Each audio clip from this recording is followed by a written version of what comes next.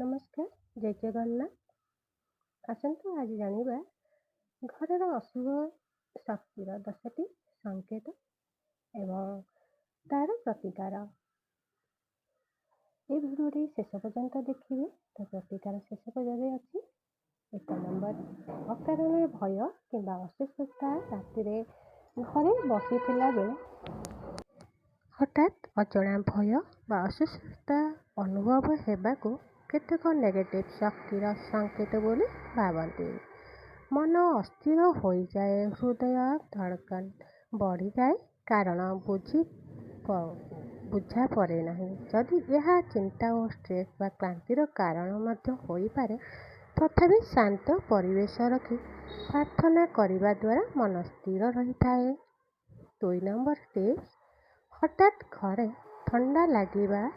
କେବେ ରାତିରେ ଘର ମଧ୍ୟରେ ହଠାତ୍ ଥଣ୍ଡା ଅନୁଭବ ହେଲେ ଲୋକେ ଏହାକୁ ଅଶୁଭ ଶକ୍ତିର ଉପସ୍ଥିତି ବୋଲି ମଧ୍ୟ ଭାବନ୍ତି। କିନ୍ତୁ ହଠାତ୍ ଜୋରରେ ପବନ ବହିବା, ଆର୍ଦ୍ରତା, ଖୋଲା ଜାଗା ବା ମୌସମ ପରିବର୍ତ୍ତନ ମଧ୍ୟ ଏହାର କାରଣ ହୋଇଥାଇପାରେ।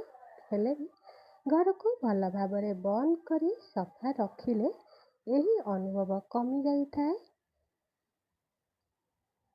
ଆପଣମାନେ ଏହାକୁ ଧ୍ୟାନ ସହିତ ଦେଖନ୍ତୁ, ଶେଷ ପର୍ଯ୍ୟନ୍ତ ଭିଡ଼ିଓ ଦେଖିଲେ ଏହାର ପ୍ରତିକାର ମଧ୍ୟ ଅଛି, ଦେଖିବେ।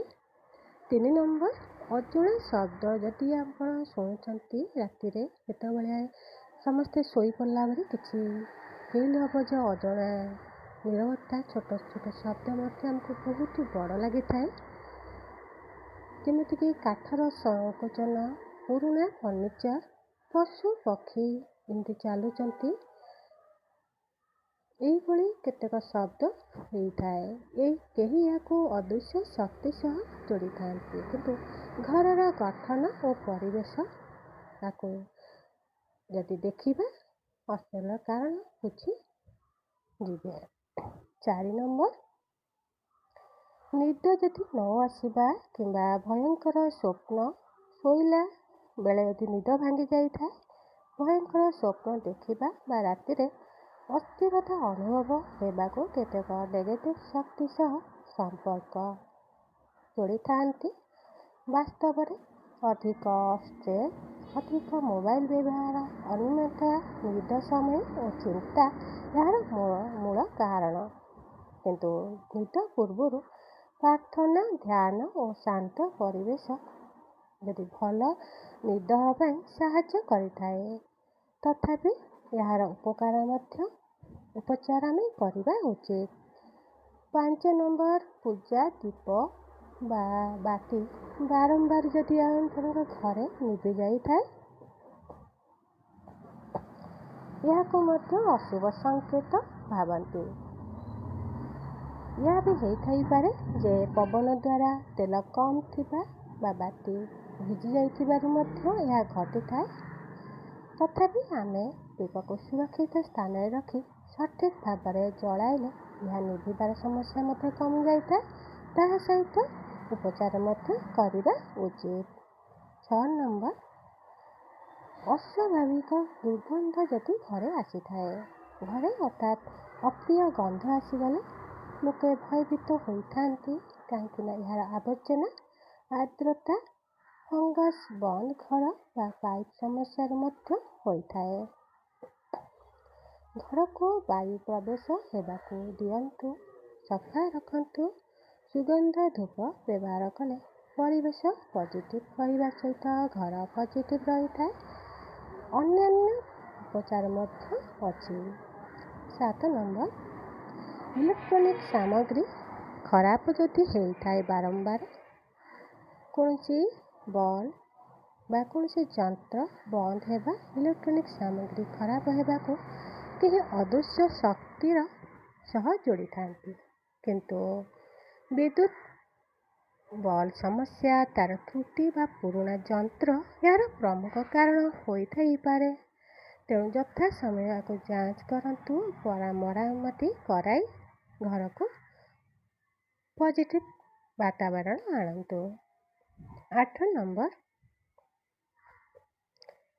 ହଠାତ୍ ଯଦି ମନ ଅସ୍ଥିର ବା ଦୁଃଖିତ ଲାଗିଥାଏ, ରାତିରେ କୌଣସି କାରଣ ବିନା ମନ ଭାରି ଲାଗେ ବା ଦୁଃଖ ଅନୁଭବ ହୁଏ, ତେବେ ଲୋକେ ଭାବନ୍ତି ଏହା ନେଗେଟିଭ୍ ଶକ୍ତିର କିଛି ଘରେ ପ୍ରଭାବ ଅଛି।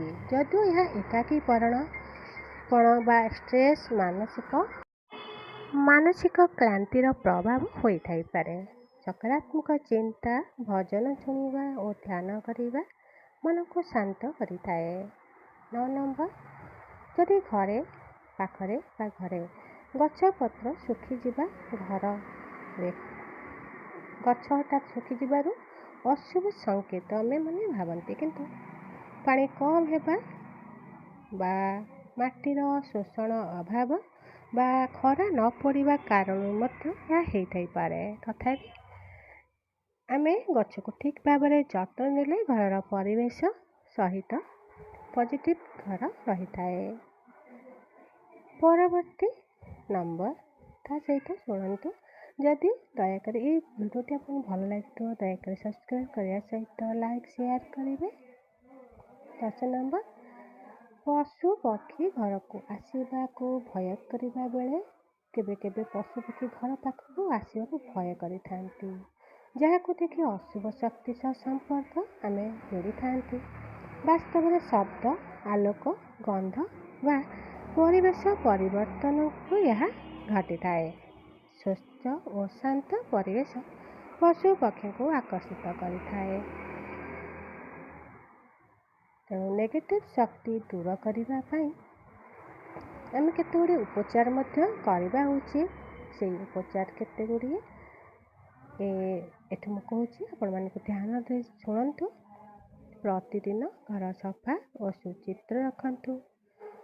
ସଫା ନ ରହିଲେ ଘରେ ନେଗେଟିଭ୍ ଶକ୍ତି ବଢ଼ିଥାଏ। ସନ୍ଧ୍ୟାବେଳେ ଧୂପ ଦୀପ ଘରେ ଜଳାନ୍ତୁ। ପରିବେଶ ପବିତ୍ର ସୁଗନ୍ଧ ବାତାବରଣ ଦ୍ୱାରା ପବିତ୍ରତା ରହିଥାଏ। ଭଜନ, ମନ୍ତ୍ର କିମ୍ବା ପ୍ରାର୍ଥନା ଘରେ କରନ୍ତୁ।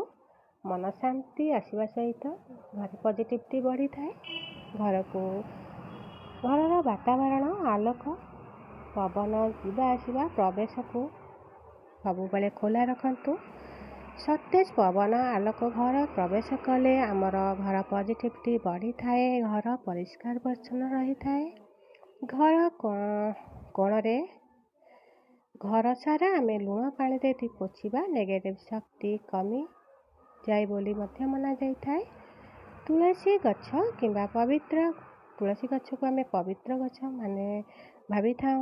ତୁଳସୀ ଗଛ ଆମର ପୂଜା ବି କରୁ, ସେଥିପାଇଁ ତୁଳସୀ ଗଛ ପଜିଟିଭ୍ ଶକ୍ତି ବଢ଼େଇଥାଏ। ତେଣୁ ତୁଳସୀ ଗଛ ମଧ୍ୟ ଘରେ ରଖନ୍ତୁ।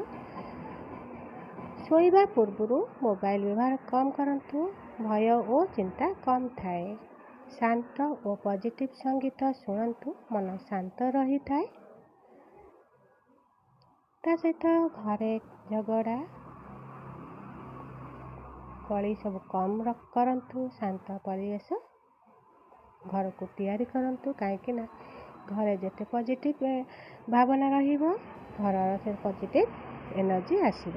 ସକାରାତ୍ମକ ଚିନ୍ତା ଓ ଭଗବାନଙ୍କ ସ୍ମରଣ କରନ୍ତୁ, ମନୋବଳ ବଢ଼ିଥାଏ। ତା ସହିତ ଆମର ଘରର ସୁଖ ଶାନ୍ତି ବଢ଼ିବା ସହିତ ଆମ ସବୁ ଅସୁବିଧାରୁ ମଧ୍ୟ ଦୂର ହୋଇଥାଏ। ନମସ୍କାର, ଜୟ ଜଗନ୍ନାଥ। ଯଦି ଏ ଭିଡ଼ିଓଟି ଆପଣମାନଙ୍କୁ ଭଲ ଲାଗିଥିବ ଦୟାକରି ଚ୍ୟାନେଲକୁ ସବସ୍କ୍ରାଇବ୍ କରିବା ସହିତ ଭିଡ଼ିଓଟି ଲାଇକ୍ ସେୟାର କରିବେ। ନମସ୍କାର, ଜୟ ଜଗନ୍ନାଥ। ଆପଣ ସମସ୍ତେ ଭଲରେ ରୁହନ୍ତୁ।